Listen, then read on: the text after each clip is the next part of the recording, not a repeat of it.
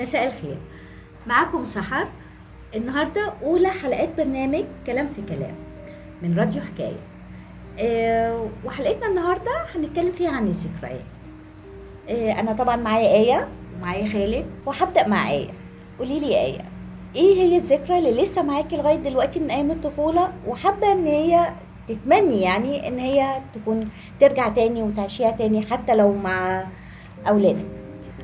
هو في ذكريات كتير الحقيقة كانت موجودة زمان واتمنى انها كانت تكمل، لكن اهمها كانت التجمعات بتاعة العيلة. فكرة كل يوم جمعة واحنا بنتجمع عند تيتا والاحفاد كلهم متجمعين. طبعا كانت لحظات اتمنى انها كانت تفضل مكملة لحد دلوقتي. وعلى ضوء حضرتك قلتي اولادي، فانا بحاول ان انا ازرع اوريدي ده في اولادي من دلوقتي، ان احنا بنروح ونتجمع عند تيتا حتى لو مش كل اسبوع ومش زي زمان، لكن مش بتبقى فيه فترات طويلة. يعني بحافظ ان شاء الله الفترة تكون اقل وبنتجمع زي زمان يعني. اوكي. انا بشارك برضو ايه في نفس الكلام اللي هي قالته، لان دي من اجمل الذكريات اللي احنا عشناها زمان من واحنا صغيرين، ان العيله كلها بتتجمع مع بعض، وسواء يوم في الاسبوع او يوم مثلا خميس او جمعه العيله بتتجمع فيه وبنتفرج مثلا على فيلم سوا او مسرحيه، بنعيش لحظه كده بتبقى اجواء بتبقى جميله جدا. وبيبقى فيها مثلا بيعملوا اكله حلوه مش عارف ايه، كل الكلام ده بيبقى العيله ملمومه فيها، فبيبقى الموضوع حلو جدا يعني. فعلا احنا كلنا يعني اكيد قضينا حياتنا واحنا صغننين، يا بنروح المعموره يا بنروح مطروح، يا احنا قاعدين كنا في العجمي، وكلنا عشنا اجمل ذكريات يعني. طب انا عايزه اسال بقى على حاجه. كل فتره بيقبلها اغاني معينه او شريط معين كان طالع في الفتره بتاعت الصيف ده مثلا. ايه اكتر شريط كان في صيف معلق معاكي لغايه دلوقتي؟ الصيف دايما مرتبط عندي يمكن باغاني عمرو دياب. اوكي. بحس ان هو فعلا كان، لان كانت دايما الاغاني بحس ان هي ليها ذكريات كده، حتى لحد دلوقتي لو انا ماشيه او في مكان وفي اغنيه انا سمعتها بلاقيها رجعتني لورا سنين كتير. فكان من اكتر المغنيين فعلا ليهم ذكريات. لا، كان اغلب الاغاني اللي وقتها بتبقى موجوده كانت لإيهاب توفيق. شرايط بقى سحراني والكلام ده. انا بصراحه انا بالنسبه لي يعني انا طبعا كل دول ايهاب توفيق وعمرو دياب ومصطفى قمر بس انا حميد وشرايط حميد، كوكتيلات بتاعت حميد والناس الوجوه الجديده اللي بتطلع مع حميد. بصراحه دي كانت لغايه دلوقتي كل اغنيه ليها موقف، ذكرى معينه، ذكرى وليها مكان فعلا. طيب انا كنت عايزه اسالكم سؤال بقى، تفتكروا ايه الحاجه اللي خلت التجمعات بتاعت زمان والطقوس اللي احنا كنا ماشيين عليها ما بقتش مستمره لحد دلوقتي؟ اكيد في عوامل اثرت، احنا ما بقيناش زي زمان، وكل الذكريات اللي حاضره في ذهننا مش هي دي اللي احنا قادرين نوفرها حتى لو اننا بنحاول نعملها دلوقتي. تفتكروا ايه الاسباب بقى اللي خلت الموضوع ده؟ انا بالنسبه لي اكتر، هو طبعا في اسباب كتير، بس انا شايفه ان الاجيال لما يعني وهي صغيره وبتكبر وبتتفرق عشان الدراسه وعشان ظروف الحياه، فبتبدا الحاجات دي تتقلص، تبقى في المحيط القريب قوي، يعني ماما وبابا واخواتي. دي حقيقة. زمان كان بيبقى فيه اكتر من العيله موجود. دلوقتي تحسي كل عيله بقت هي مستقله بنفسها.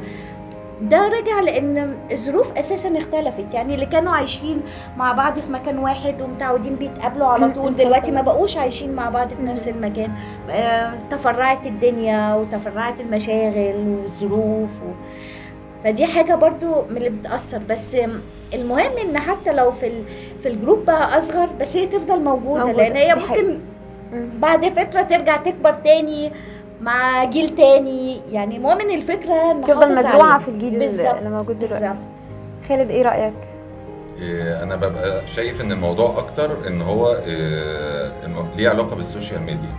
جميل. السوشيال ميديا هي اثرت على التواصل مع الناس.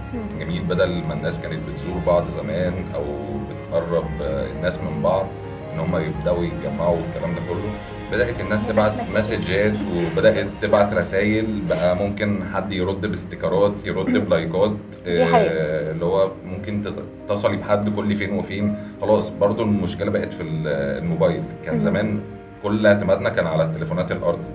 دي حقيقة. جميل. اللي هو لو عايزين نتواصل مع بعض بنكلم بعض على التليفون الارضي، وبنقدر يعني بيدور حوار. انا آه. بكلم حد فممكن المكالمه تطول وتقعد وقت بالظبط. طويل وعشان تعملي زياره لحد بتتصلي بيه الاول عشان تشوفيه هيبقى موجود ولا لا، والكلام ده كله. طبعا السوشيال ميديا والموبايلات اثرت على الكلام ده كله واختصرت الكلام ده.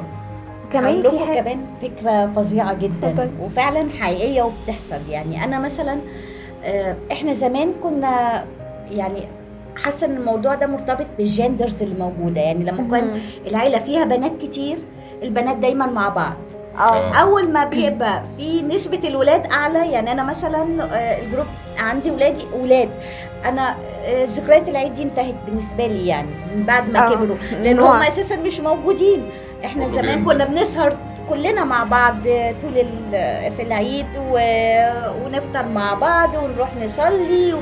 دلوقتي مفيش، لو عشان صبيان كلهم بيخرجوا قاعدين مع صحابهم، ما بقاش فيه زي زمان. يعني دي حقيقة. بقت عماله الطقوس دي تتقلص لغايه ما بقت تيتا وجد وبابا وماما، واحنا كاولاد او بنات خلاص احنا كل حد ليه اهتمامات تانية. وكمان في حاجه تانية كمان، ان ظروف الحياه زمان كانت اسهل.